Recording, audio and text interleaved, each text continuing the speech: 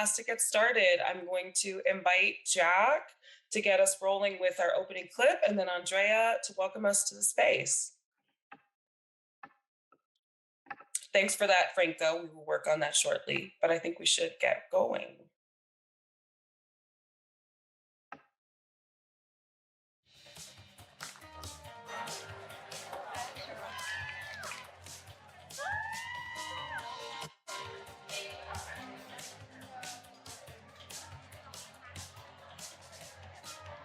Is anybody going to come to our panel?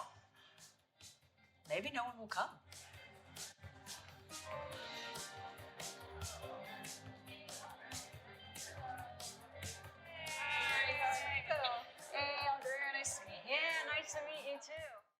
We thought we would start just with a quick introduction. Franco Stevens, who's the woman who started the Curve magazine, which is the longest running best-selling lesbian magazine in the world. When I started the magazine, it was like a big controversy. Do I put the word lesbian on the cover? And women were like, you can't do that. No bookstore will carry it. I can't be seen buying this thing. I mean, I can't even verbalize today how much I was ridiculed and bashed even from within our own community by putting the word lesbian on the cover. And, you know, I just want to know by a show of hands, like, how many of you are still embracing of that or okay if people identify as lesbian? Can you raise your hand? That's way more than I thought. How many of you think it's outdated and doesn't represent our community? A couple people. Thank you for being honest. Coming from like a Latin community, the word lesbian, I feel like it's still important. It's made a difference. It's made an impact. Why do we want to erase it from our history? I personally would never use it to describe myself because I feel like it's been co-opted by straight men as this like overly sexualized term. We've heard of multiple women of a certain age who are feeling like they're becoming invisible, like they're being cast aside. I use either lesbian or queer interchangeably. But you know, a lot of folks in Gen Z are actually more likely to identify as queer or pan or bi. And there's something wrong with that. But again, it's this idea of it is the word exclusionary. Yes. Yeah. Some lesbian spaces can be super inclusive, but there is also a history of, you know, lesbians not being so inclusive. Yeah. I identify as a trans woman, and I'm not super comfortable with the word lesbian, but I do feel safe using queer because I feel like it is a broader term. It is sort of, I know that queer spaces are safe spaces. I can totally understand that. You know, a lot of old school lesbians are trans exclusionary radical feminists. We call them TERFs. I think lesbian is an important word because it describes exactly who you are. But inside the group, there's a really hot and heavy discussion about it. The only word that anybody seems to globally have an issue with is the one word that women can own for themselves that is about women. You know, I totally understand that the word lesbian can feel exclusionary to, you know, a woman who loves women who doesn't identify as a lesbian, but that's the one word that we have that is only ours and nobody else's. So I actually just came out to my abuela in December, and I was like, abuela, soy lesbiana. And she's just like, ¿en serio? And that was like it. Like, she's just like, really? I was like, oh, you know, like, I knew that there was like no guy ever good enough for you, but like now it all makes sense. And I was like, and I was like so shocked. And like the worst comment she said was like, but vaginas are so much work. And I was just like, I somehow ended up here in this conversation. By being visibly queer and being visibly Latinx, like I can hopefully make it easier for younger folks in my family and other folks in my community. Regardless of whatever word you choose or what label you want to attribute to yourself, like literally being visible is the most important thing.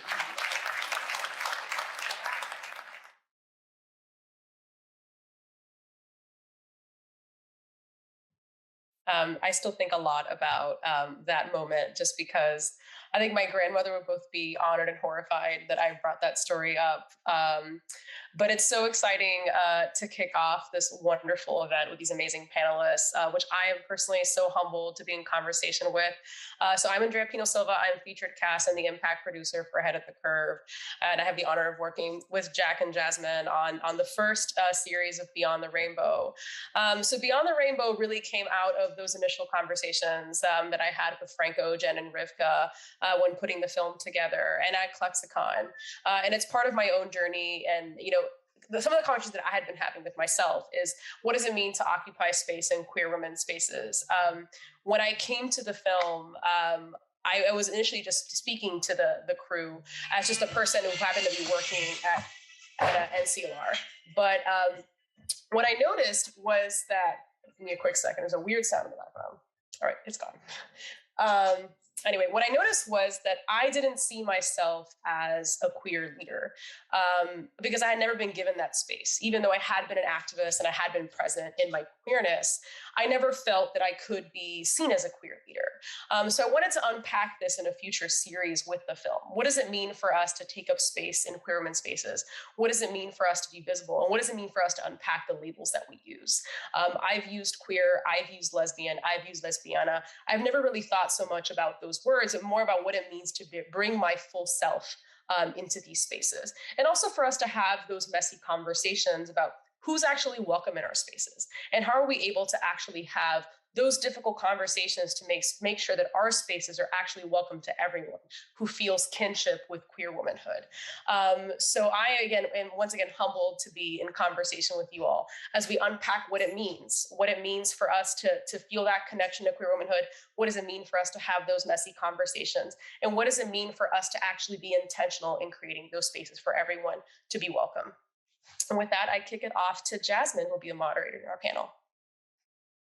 Thank you so much for putting us kind of in place and space, Andrea. I have said several times that scene from the film is the reason why I decided to take this job. And so I express a lot of deep appreciation to you for letting us really ground our work in your life, because that's already a vulnerability that is truly a gift. And so I will spend a little bit of my time just welcoming our incredible panelists and doing some framing, and then I would love to stop talking because we have a really interesting conversation to get into. But before I do, I would love to introduce myself. My name is Jasmine Sudarkasa. I am the founding executive director of the Curve Foundation. Our mission is to empower lesbians, queer women, transgender people, non-binary people to share culture and stories. I had this down.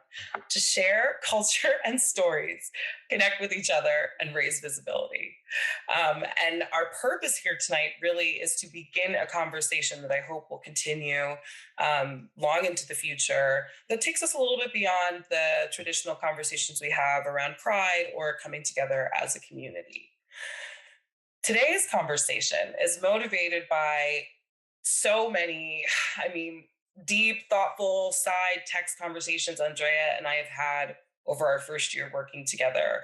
And we are so honored to have three incredible people agree to take us up on our cold email to join us in conversation tonight about some topics that are definitely personal and political and everything in between.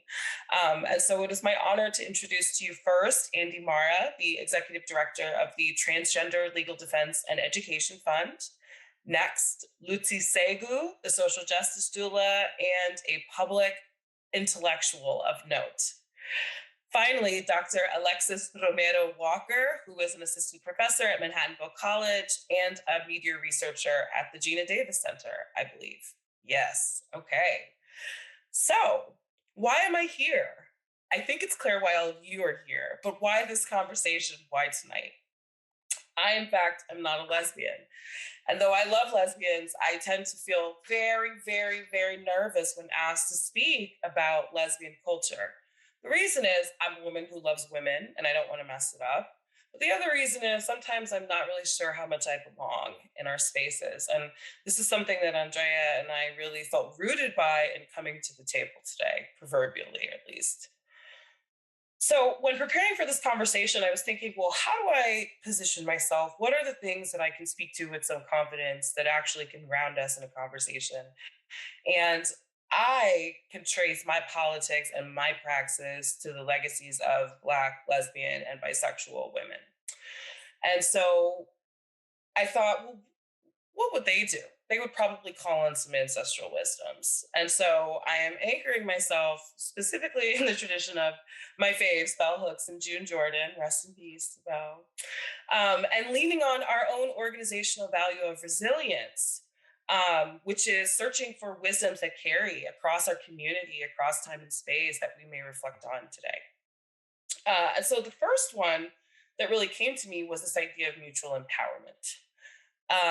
As I've gotten close to the Kirk archive, as I've spent time with lesbian thought, as I spent time with queer thought, I found that an organizing principle that at the very least is embedded in the sort of early 90s zeitgeist that was Curve magazine, is this idea that me creating a space does not take away from your space. And in fact, it should liberate you as well, right?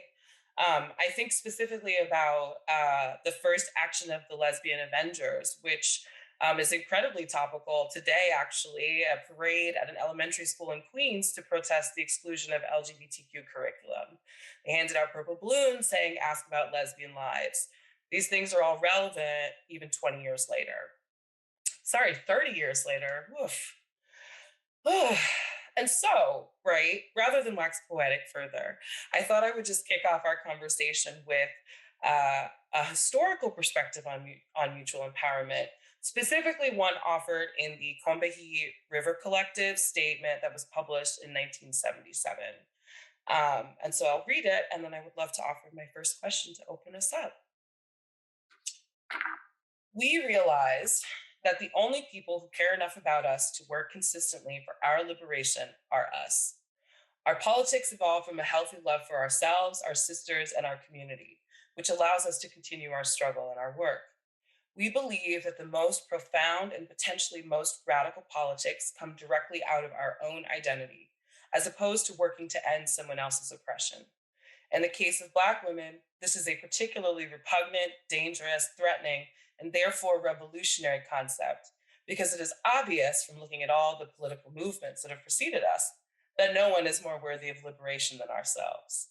We reject pedestals, queenhood, and walking 10 paces behind. To be recognized as human, levelly human, is enough. So, my first question, and I would love if Lutze, you would start us off. Where, if at all, do you situate yourself in the word woman? Hello, everyone.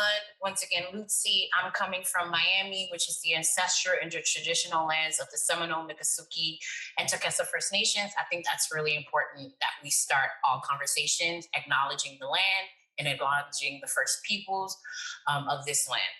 So we know that so first of all, I'm a Black feminist thinker and practitioner. And it's really important to me that all of my thinking and being comes from that place. So we know that when Black people were brought to the Americas on these slave ships, that they were ungendered.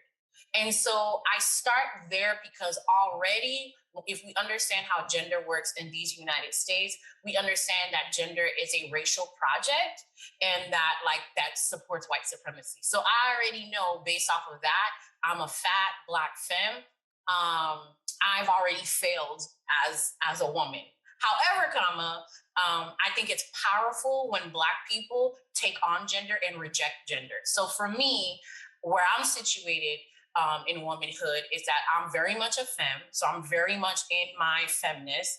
And I understand that my gender is very much Black in a very particular kind of way. And so I am swimming, backstroking, doing all the things in queer womanhood.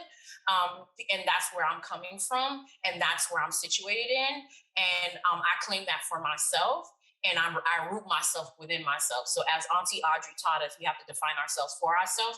That is how I define myself. And so I feel at home in womanhood. in a very particular kind of way, and I fuck with it and play with it and break it when I need to. I love that. Dr. Walker, how would you answer this question?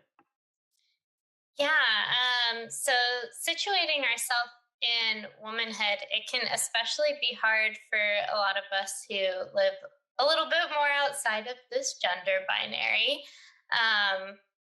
I go by they, them pronouns, which honestly has been fairly recent understanding, because we can all go through this process at any stage in our life, which I know is really hard for some people when we start going through this transition later in life. So I want to also make space to say, your time is your time.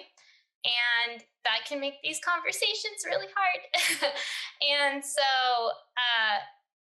for me, it's been really important to recognize that even just like talking about the gender binary is really important to this, and figuring out ways to break it in a lot of ways will help us understand how we fit in this a lot better.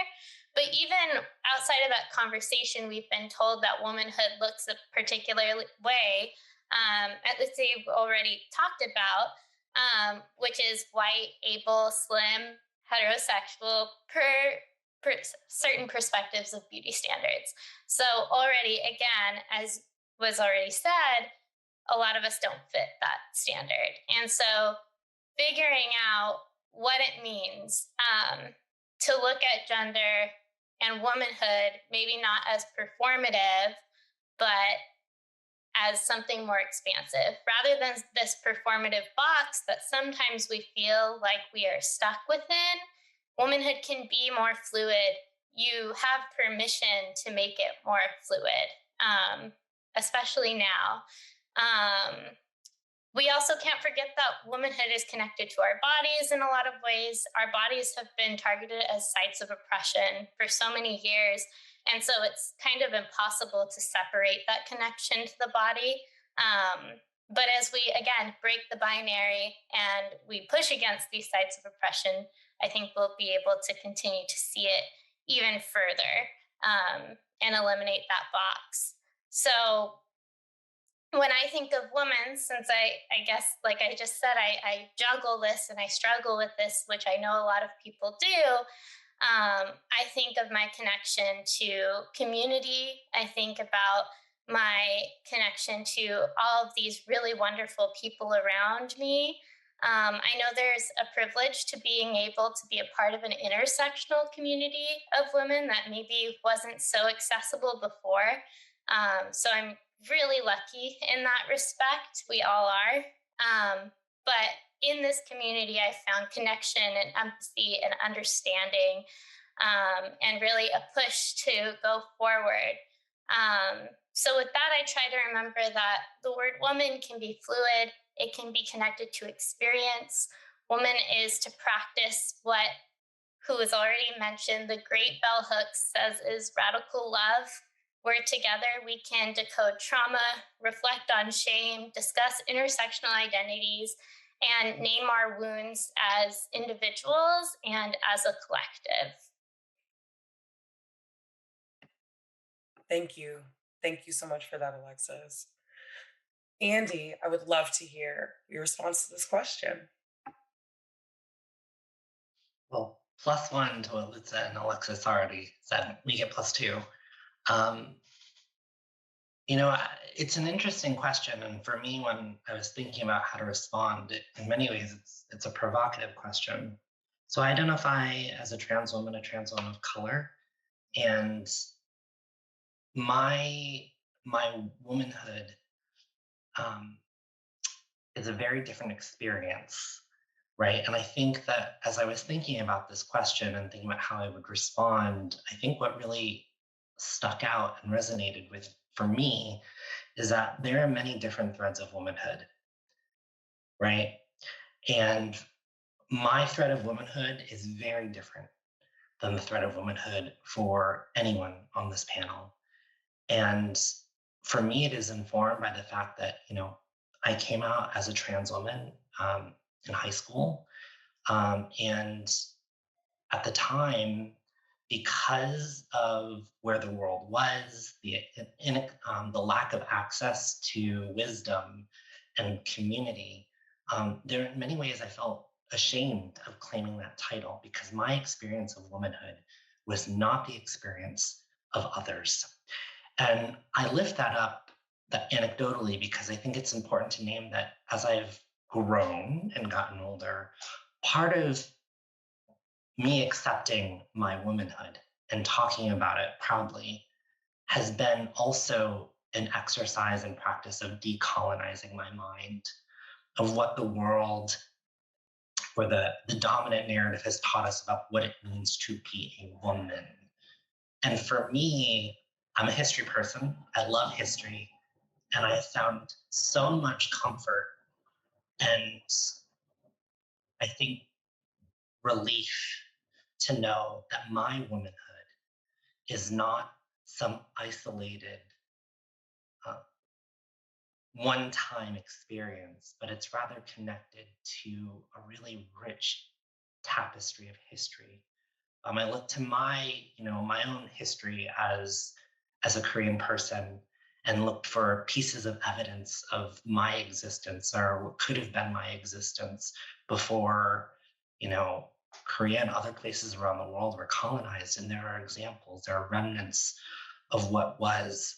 And I see me claiming the title as being a woman, a trans woman, as being an act of resistance, resisting against what the world has wanted us to believe what it means to be in our identities. So, I'll close out by saying that for me, claiming my womanhood or being a woman it's about liberation, personal liberation. It's about political transformation, and it's about us exercising our agency.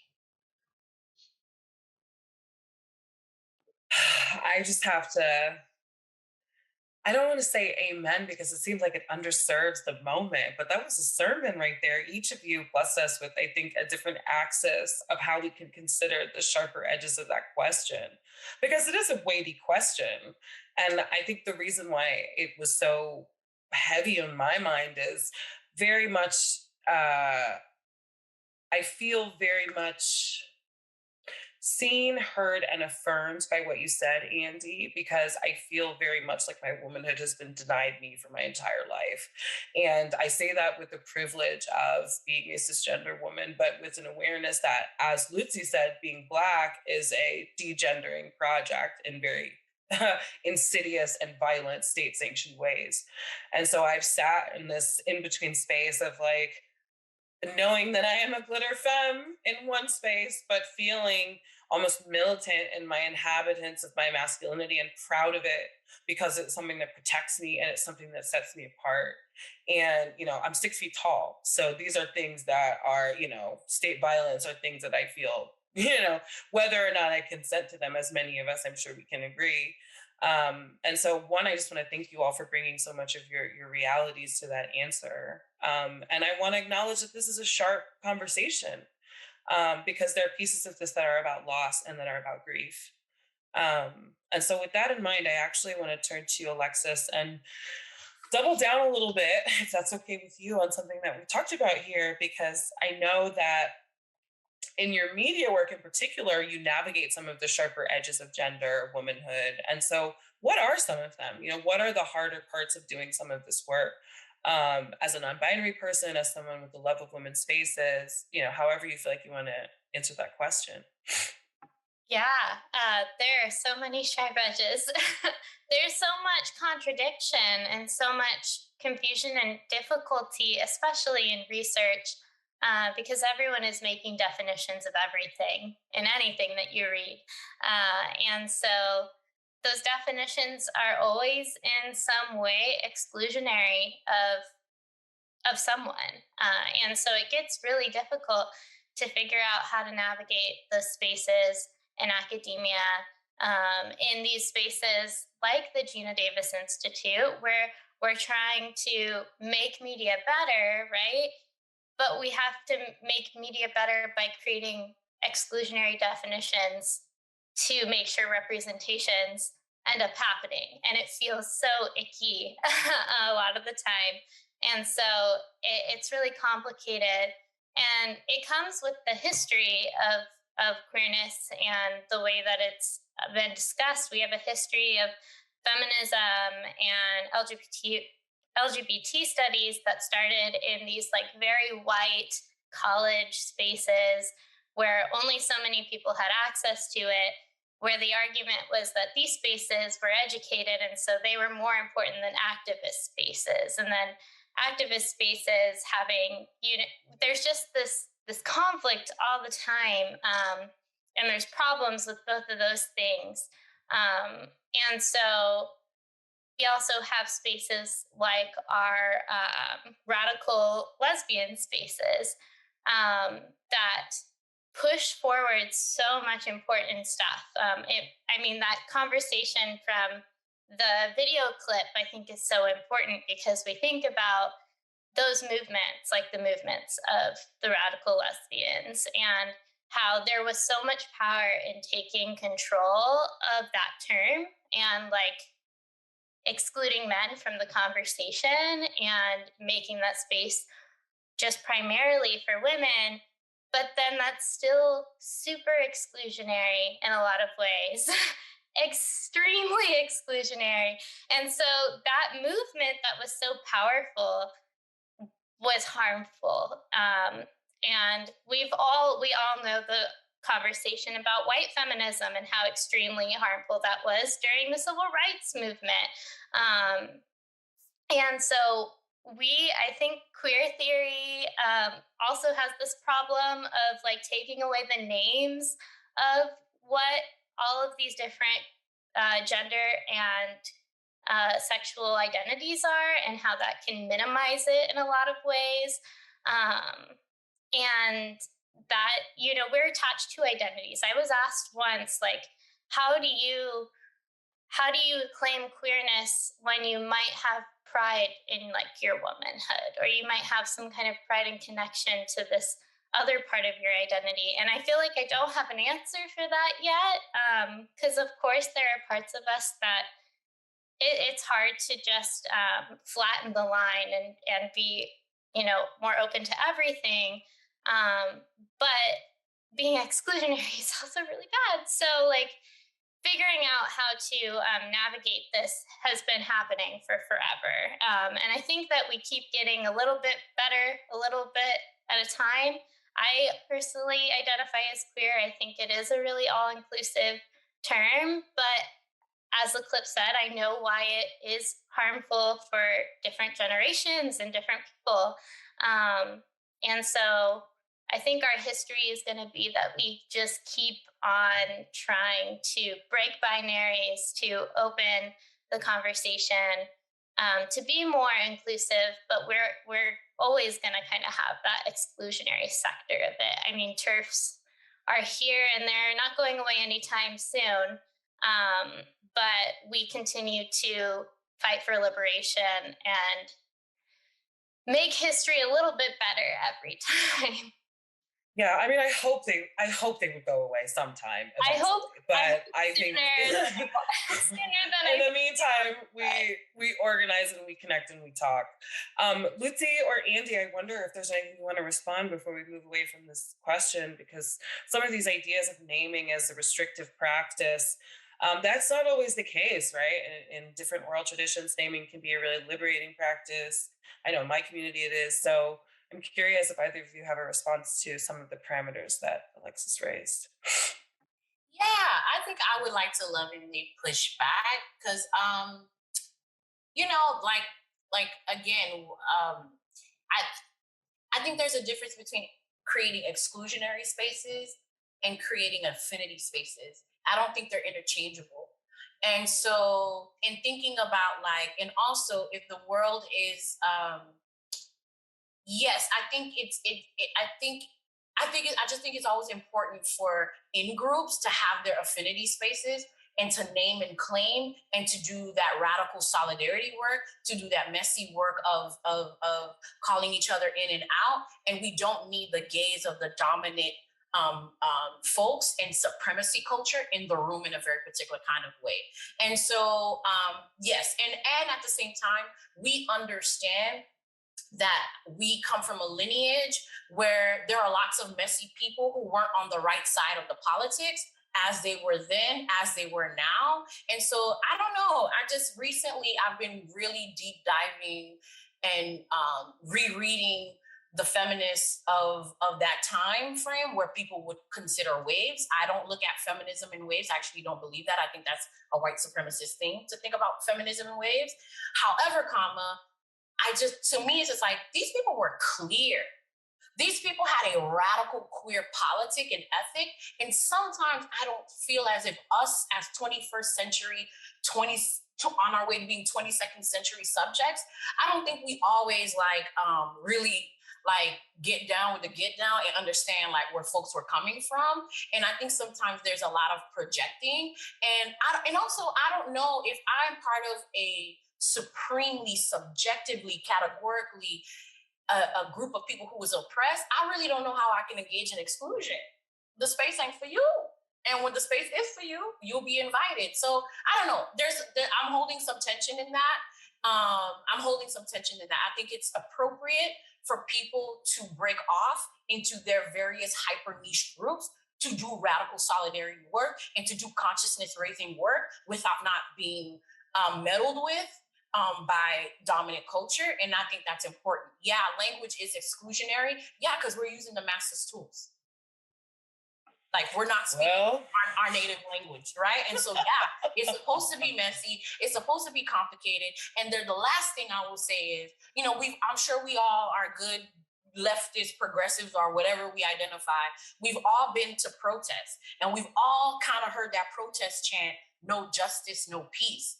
Yeah, we're supposed to wrestle and be in these principal things because ain't no peace and because ain't no justice. So it's supposed to all be complicated and messy. And I don't think we're supposed to feel at home with these words. I think that's the point. We're not supposed to. So how do we fight against that notion and do the thing we need to do and root ourselves in the thing we need to root ourselves? That's my opinion. That is such a thoughtful summary of what has been a deep moral dilemma that I've held for an entire year. And so I appreciate you for summing that up in a way that feels like we can bite into it, which is that there is a duality to this, right? Invoking sort of double consciousness.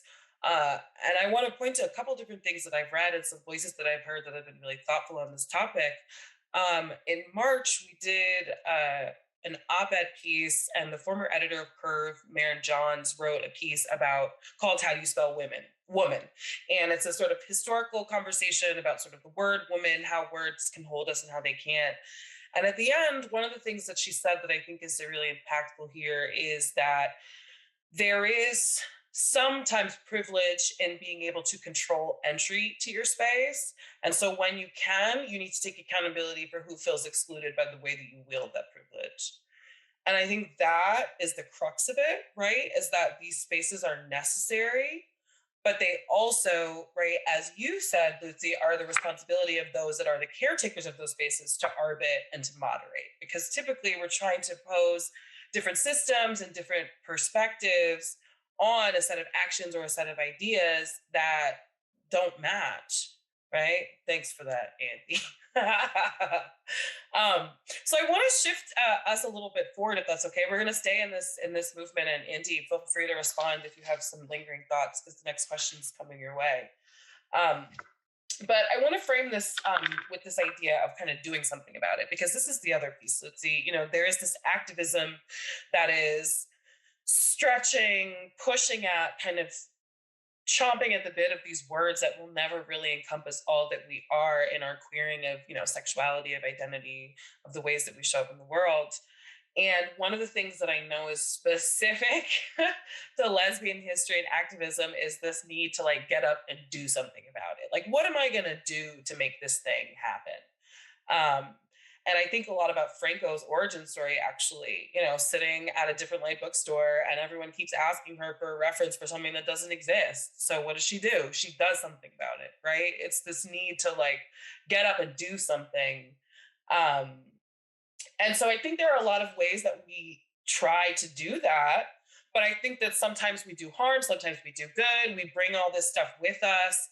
And so I want to offer another quote, and then I want to kind of shift the gears to how the ways that we take action and the ways that we can support each other.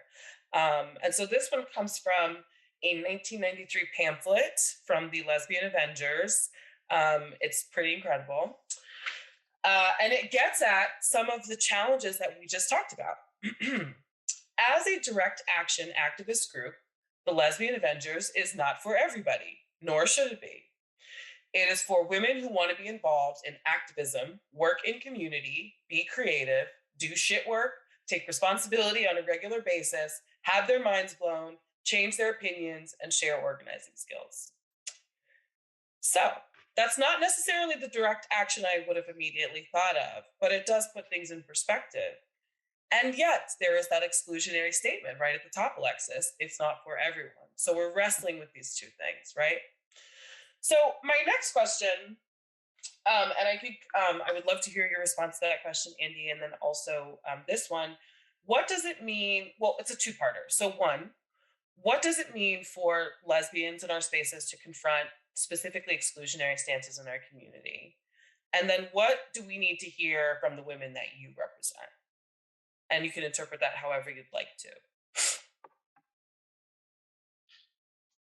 Oh, this is like the $10 million question, right? I'm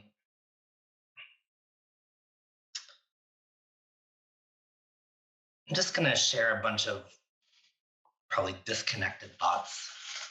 I just got back from visiting my family in Korea, so my brain is still 13 hours ahead. But I think the reason I point that out is because when I was in Korea, I was speaking a lot of Korean.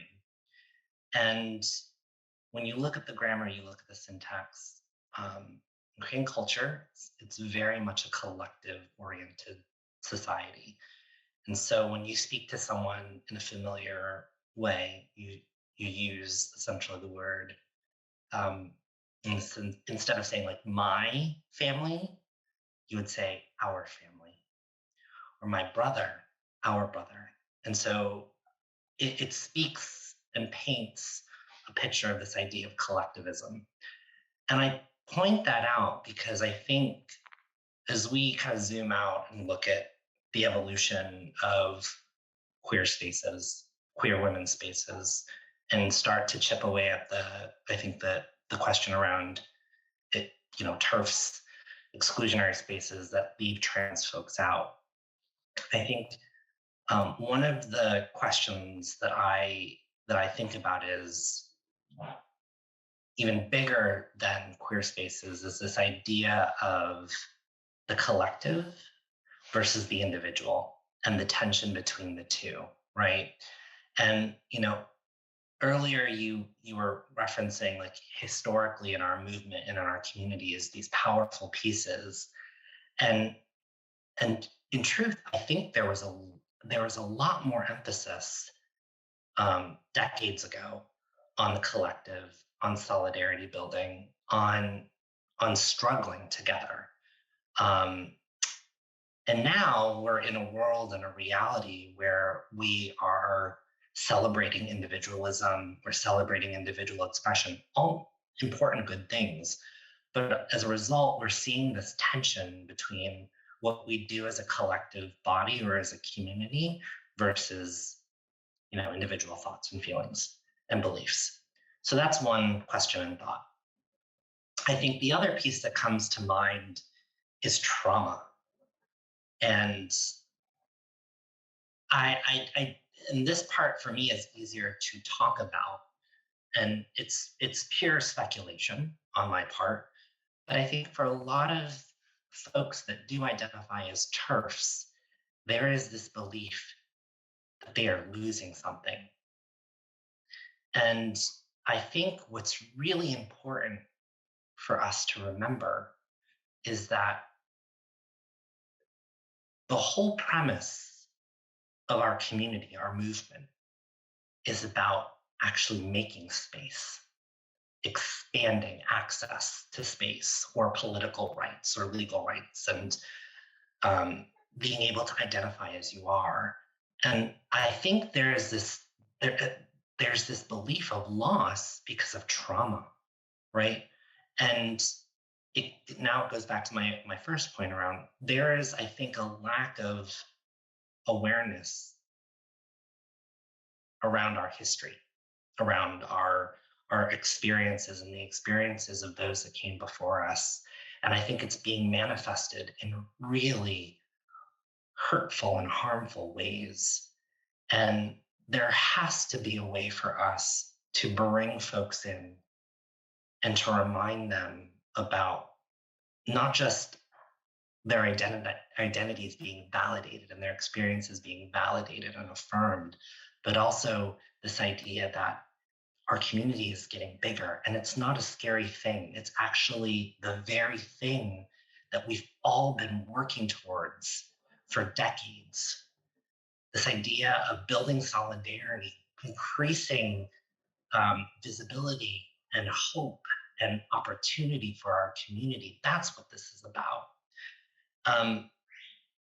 So there's that. I think for the women that I represent, which I very much have an intersectional approach to the world and practice to the work that I do, and it's complicated, right? I'm not just a trans woman. I'm also a trans woman of color, which means that I'm in community with a multitude of trans women that are Black and brown. But I'm also in community with trans women who are of Asian descent. And that has a different feel and a touch to it, right? So it's a complicated question to answer. So I'm going to try to answer it a little bit more broadly. The trans women that I represent or work on behalf of or work with are predominantly Black and brown trans women. And there's this dominant narrative. I love that phrase, so I am going to use it in this instance, that trans women, especially Black trans women, are these individuals that have experienced an incredible amount of disparity, that they've experienced violence, and there's this notion that they are the victims. And I want to be really clear, that is not my experience with my people, with the women that I am in community with. Black and brown trans women are powerful. They are demanding stuff that I think very few other folks felt the courage to demand and to make possible. And my ladies, they're really innovative. And I think especially working within the Rainbow Industrial Complex, as I call it, we know how to make resources work for our community and mobilize them quickly. And I think that was especially seen in the past couple of years, where in particular, Black trans women tore it up with raising awareness and visibility about the issues that they're making demands around, and also mobilizing resources, right? In my own backyard, in Brooklyn, Cayenne, Black trans women raised $1 million to make housing available for other Black and brown trans women and trans folks who are housing insecure. You look at the Okra Project, who raised also a similar amount of coin to feed our community and our people. That's innovative, audacious stuff. And I don't think folks ever dreamed or could have imagined that my community could do that. And guess what? They did, and we're doing it. So that's how I describe and relate to my community of women that I work with and am in space with. Kick ass. Yeah, take action. I mean, that is the epitome of what we've talked about, right? Get moving. And I think the ways in particular that trans women of color were able to mobilize mutual aid and community level resources and inform systems on how to do it. I saw it. I was working at the Hewlett Foundation at the time, and folks were leaning heavily And I would root that in so many different traditions. So I appreciate you. I appreciate you speaking truth to power. That's the way I'm going to put it. I'm just going to leave it at that. I appreciate you speaking truth to power, Andy. And I actually want to continue my quote. This is hysterical because turns out the quote worked. So continuing that quote from the 1993 pamphlet from the Lesbian Avengers, it says, because lesbians have been so excluded from power, many of us have developed a negative stance where the only influence we have is to say no. The Avengers is a place where lesbians can say yes, have their ideas realized, where we each can have an impact. So the expansiveness of the invitation that you gave us, Andy, and the loss of historical knowledge is emphasized very much so in what is brought to bear here. Thank you so much. Oh, okay. I have one last question, and then I have my closing question, and I would love for Lutze to lead us in an answer to this question. I think so much of what you are able to do is create often these spaces where we can wrestle with these concepts, both in your teaching work and your public intellectual work and on your Instagram page. Honestly, I have been really taken by the way that you're able to engage people in both digital and sort of real temporal space safely, but provocatively. Like you said, we're supposed to be wrestling with this because there is no peace. So how do you do that? How do you create a digital space or a learning space that is actually safe for all of the women that you represent in the work that you do? Yeah, so again, being a student and a practitioner of Black feminist thought, I am very much heavily influenced by women of color feminism and indigenous feminisms. And to me, I just think of like kitchen table press and all those things. Like feminists, lesbians came together, read books, sat in circle, and hammered it out, thugged it out, battled it out, right? And to what? Raise their consciousness together. We don't get the Combahee River Collective if we don't have Barbara Smith and them, like having to fight against the respectable Black women, having to fight against the leftist bros who did not have a gender analysis because of the intersections they were living at. They had to come together and really reconcile and talk about what do we agree on, what do we disagree on, and how can we be in principled struggle with each other's oppressions, this, that, and the third. And so when I think about, first of all, like, don't nobody do the internet like Black people and like Black women and femmes. Period, point blank, bottom line, right? Like, it don't matter what the white dude bros intended for their social media sites. Black people, Black women, Black femmes, Black non-binary people, Black trans people get on that thing and we remix that thing. So in the long tradition of Black women and femmes upgrading every space and remixing everything that we touch, I just feel like online, we're doing the same thing. We're gathering around the kitchen table. We are wrestling with our politics. So to me, it's the same kind of principle. And at the same time, like, I'm not fooled, right? I know that everybody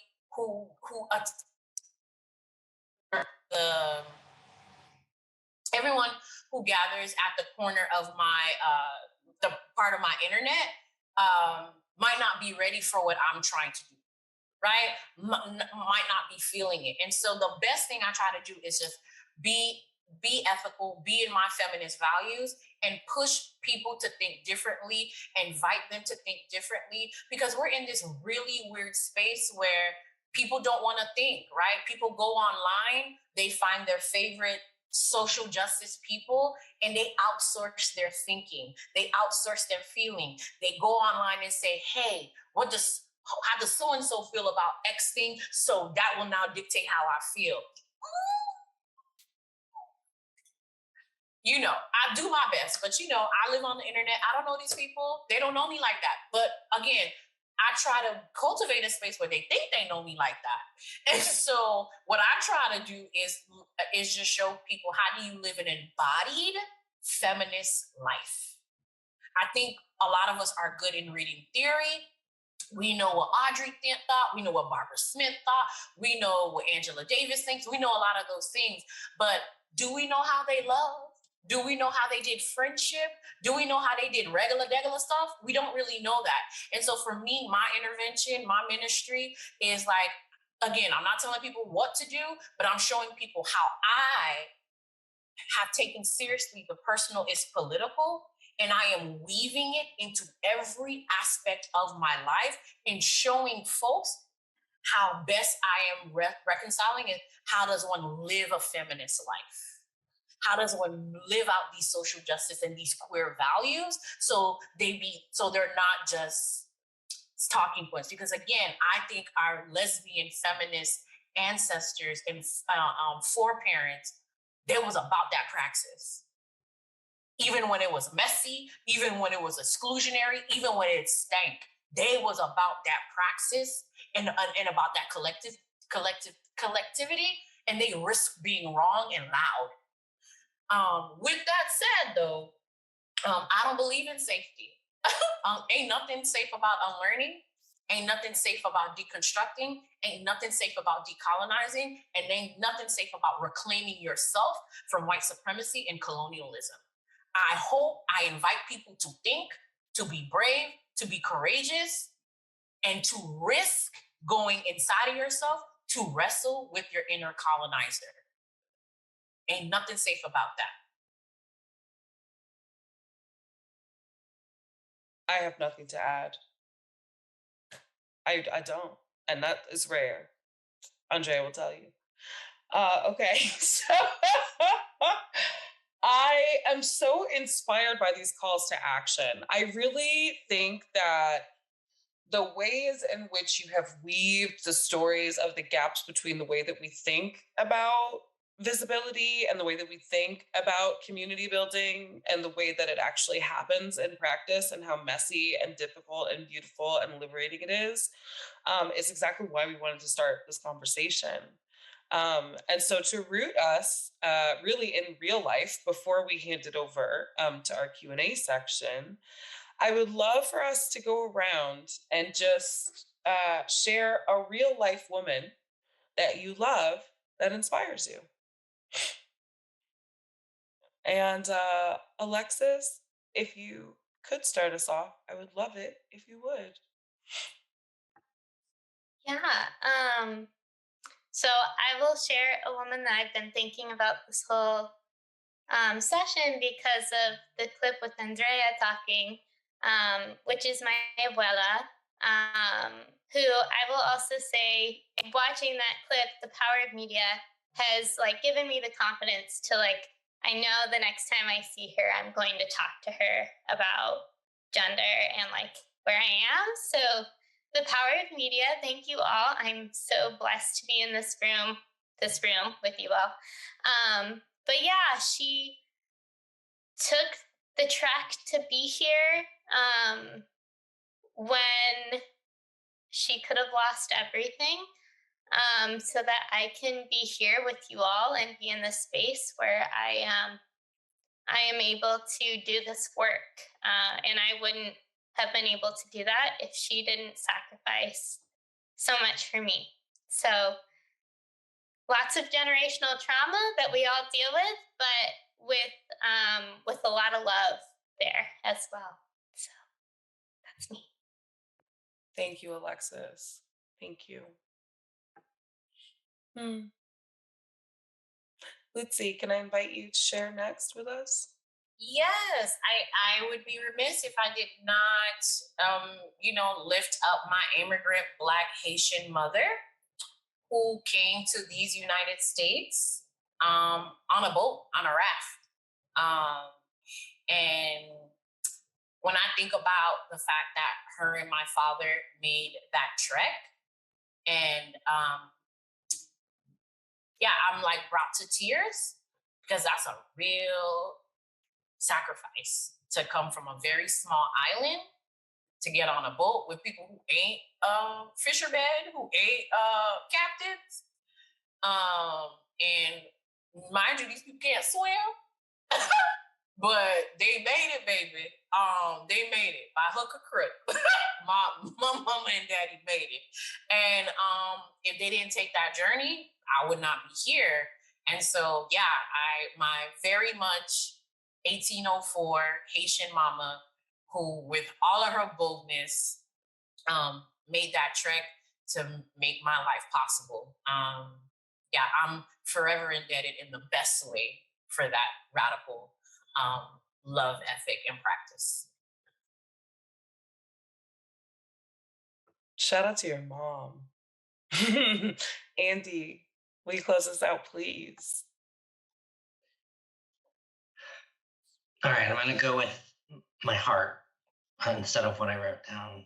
And similar to Lucy, I'm going to lift up my mother.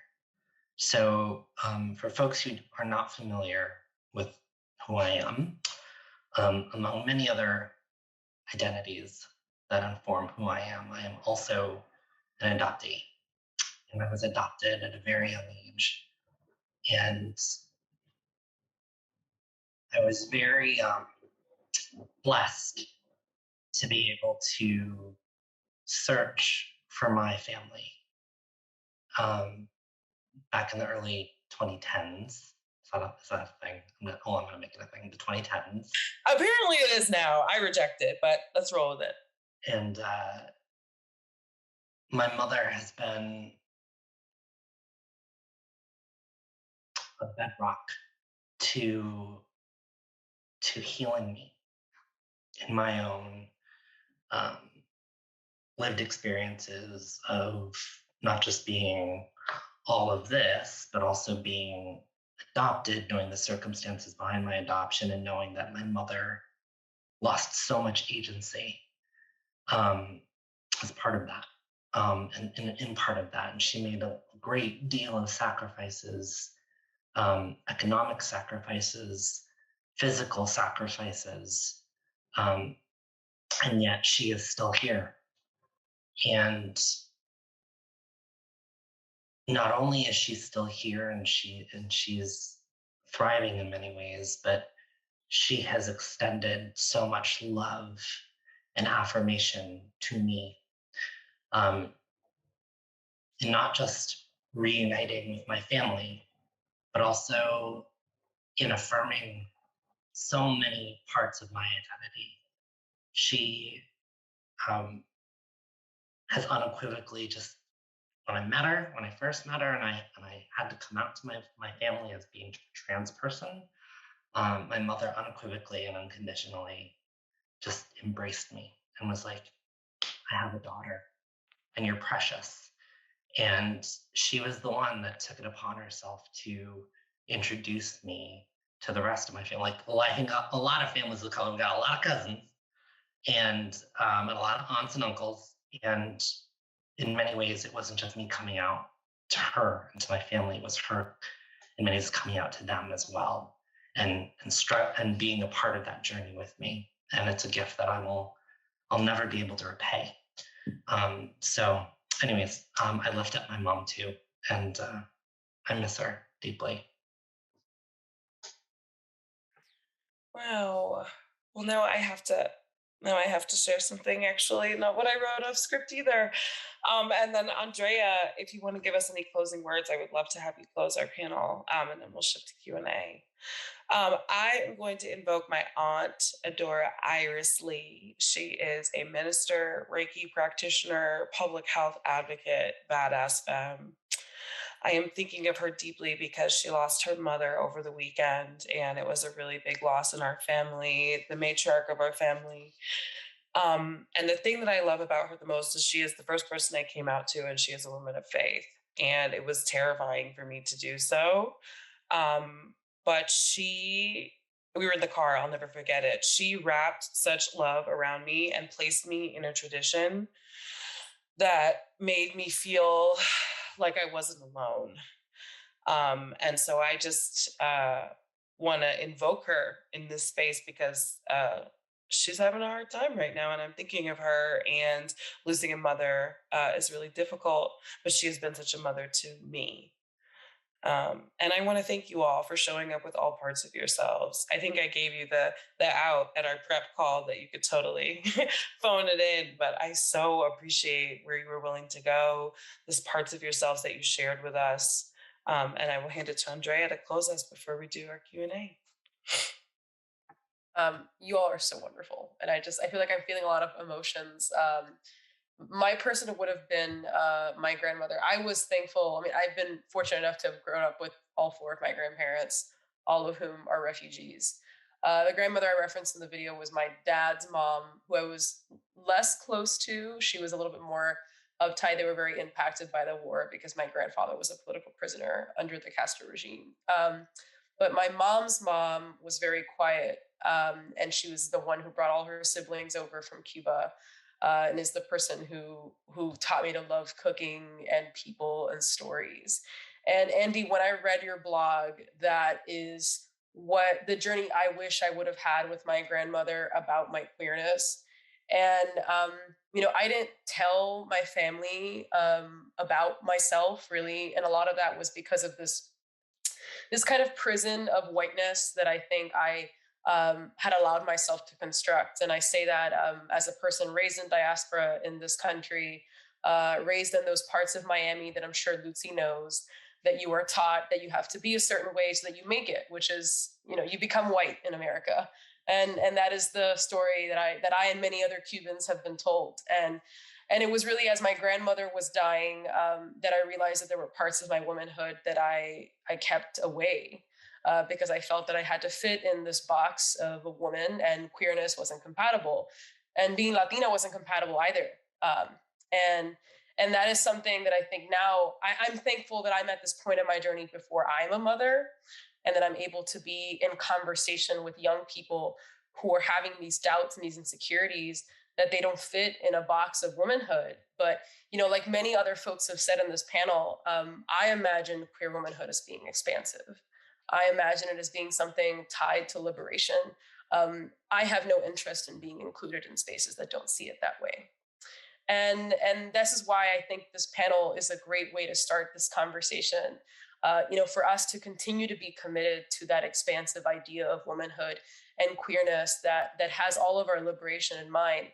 And like Lutze said, it's not going to be safe. It's not going to be comfortable. And again, Lutze, I will be thinking about your thoughts for a long time, but it means undoing these ideas of whiteness, of the colonizer, of a path that we have to follow so that we will be included.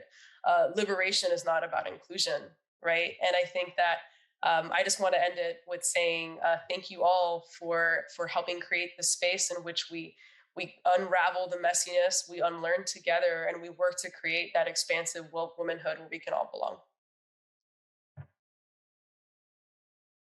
Well, you guys better have some great questions.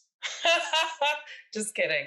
I want to open the space to some questions. In the interest of keeping this impactful and not awkward, I'm going to give us about 5 minutes. If we don't get some questions, I think we'll just slowly close. So if anyone that's listening has a question, please enter it into the chat or the Q&A. An anonymous attendee asked, "How are y'all such badasses?" I don't know, Andy, you want to take that one?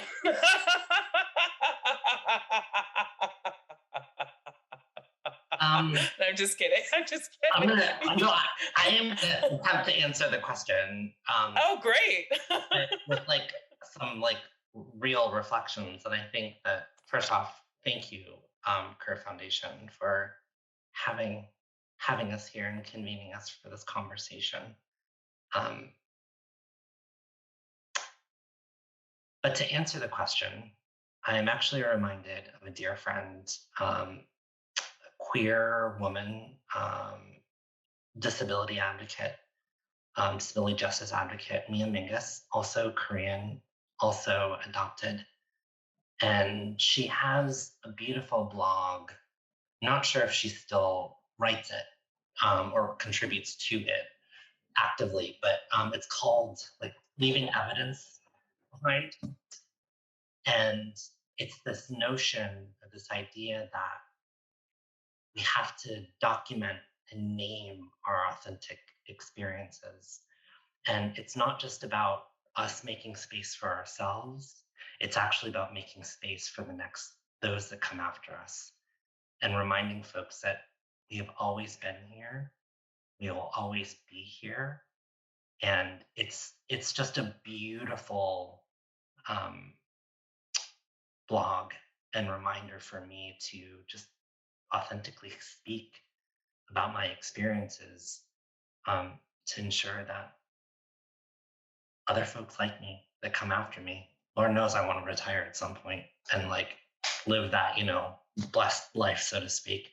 But reminding folks that we've always been here and that we will always be here. It's an honor. One more time, I just will offer the Kerr Foundation is an exercise in queer futurism. I am lucky enough to be trusted with a set of ideas that have proven the test of time. I mean, there are articles that were published in Curve magazine in 1991 that could be published today. And Franco has trusted me as an arbiter of her legacy. And so I feel this responsibility to continue her mission, which is bring our community together to tell their stories and kind of shut up and listen. So thank you for letting me be an informed listener. And I think it's time to close. I don't see any pressing questions. I think we had a good conversation. It's nighttime. Thank you for your time. One last happy Lesbian Visibility today. Happy Lesbian Visibility Day. It's been a long day. If you kiss girls, kiss a girl. If you don't, kiss somebody else. And have a great night. Thank you, everyone.